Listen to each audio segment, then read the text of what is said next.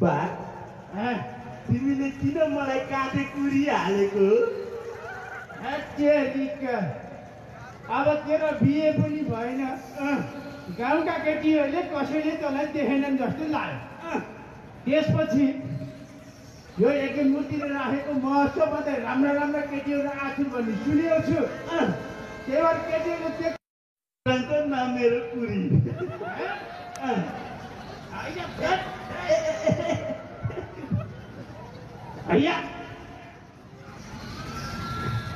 हुन पनि हरिबाउ यो काँध र कुरीको ठुलो सम्बन्ध रहेछ। ए मङ्गले, हजुर यो तालले हेर तेरो बिहे हुने भएन। अब मैले पनि छोराछोरी नाति नातिना देखाउँला भनेको। अब नाति नातिना देख्ने रहर पनि अपुरै हुने हो मोरा। बा म कसरी जन्मेको? तेरी कस्तो लाललाग्दो प्रश्न सोध्छ मोराले। ढुसी परेको दिमाग छ के? फेरि भन्दा के भन्नुहोस् अरे? म कसरी जन्मेको बा? तेरी फेरि यस्तो प्रश्न अबदेखि नसोधेस् है। तिमीहरूले पनि घर घर यस्तो प्रश्न नसोधे है केटाकेटी। अब कसरी जन्मनु नि? जादु गरेर जन्माएको तँलाई, जादु गरेर। जादु गरेर? त्यही भएर पो होइन, हाम्रो एउटै घर छ, एउटै रुम छ, अनि एउटै खाट छ। बाबा यता नुनु गर्नुहुन्थ्यो, म पिच्चामा नुनु गर्थेँ, मम्मी यता नुनु गर्नुहुन्थ्यो। बिहान उठ्दा त बाबा पिच्चामा आउनुहुन्थ्यो।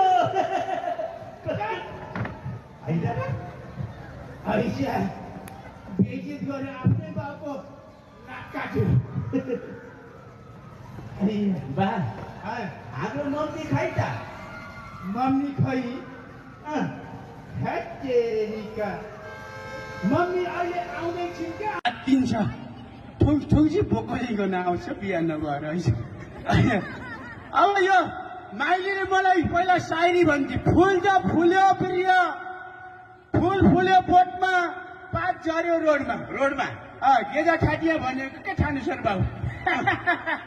फुल फुल्यो बोटमा, पात झऱ्यो रोडमा, तिम्रो र मेरो माया बस्यो भैँसी बाँध्ने कोठमा। अब अहिले जस्तै यस्तो ठुल्ठुलो सर मेला सेला लाग्थेन के? मैले पनि अस्ति एउटा यस्तै कस्तो हँसाउँदैन नभनौँ पो बाध्य फेरि मलाई गाली गर्छ।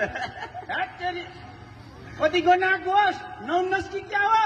नुहाउँछु नुहाउँछु भनेकै 3 महिना भयो, ननुहाएको झन् कति भयो कति भयो। ए सुरुवालमा पढ्नु परेछ। हेर्छस् अर्को सुरुवाल हेर्छस्? ए बाबा सन्चै छ? ए महिला सन्चै छ? होइन तैँले मलाई चिनिस् कि चिनिनस्? चिनिन रे। अब ऊ जमानामा तिनौ खोला पौडी खेल्दा कट्टो राख्थ्यो होइन? बल्ल चिन्यो। ओहो प्रवक्ताज्यू आउनुहोस् त, आरामै हुनुहुन्छ होइन? ल अब प्रवक्ताज्यूको पनि भुँडी ठुलै भएछ। ए बाल्यकालमा गुच्छा खेल्ने, भैँसमा माया भैँसमा चुरट तान्ने, बाल्यकालमा गुच्छा खेल्ने, भैँसमा चुरट तान्ने, त्यही भएर हैछ हजुर प्रेसरले हान्ने मान्छेको जिन्दगानी। बाल्य मारो आमाको, पैसा प्यारो बुढीको, बुढेसकालमा बुढीको, बाल्यकालमा आमाको, पैसा प्यारो बुढीको, बुढेसकालमा बुढीको। अनि यो बुढीले अरू सबै थोक गर्नुपर्छ, एक थोक गर्न मिल्दैन फेरि। टोयलेट बस्न मिल्दैन कि? ल त धेरै समय छैन, पाल्पा महोत्सवमा बोलाउनु भयो नारायण। ओहो 10 दिन हिँड्दा हिँड्दा फेरि त्यत्रोको भएछ नि बाबु।